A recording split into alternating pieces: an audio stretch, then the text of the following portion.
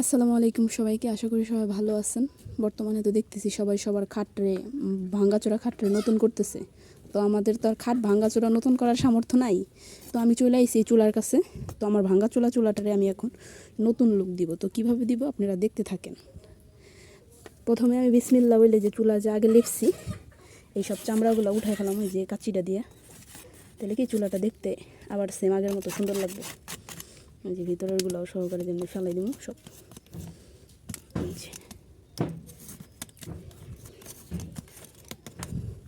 পোড়া চুলাটা ছাইটে নেই, তারপর আপনাদের সাথে আবার দেখা হচ্ছে। এই তো আমার চুলা পোড়াটা ছাটা শেষ, দেখছেন? যত মানে আগে পরে যা লেপছি সব চামড়া ফেলাই দিচ্ছি। আর এটা হচ্ছে অরিজিনাল চুলাটা।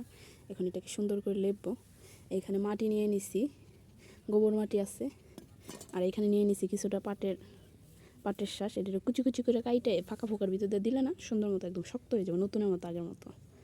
তো মাটিটা রেডি করে তারপর আপনাদের সাথে আবার দেখা হচ্ছে।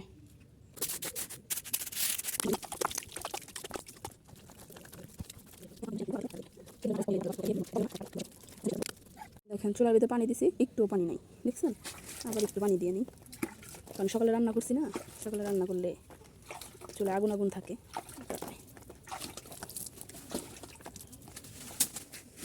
বিসমিল্লাহ।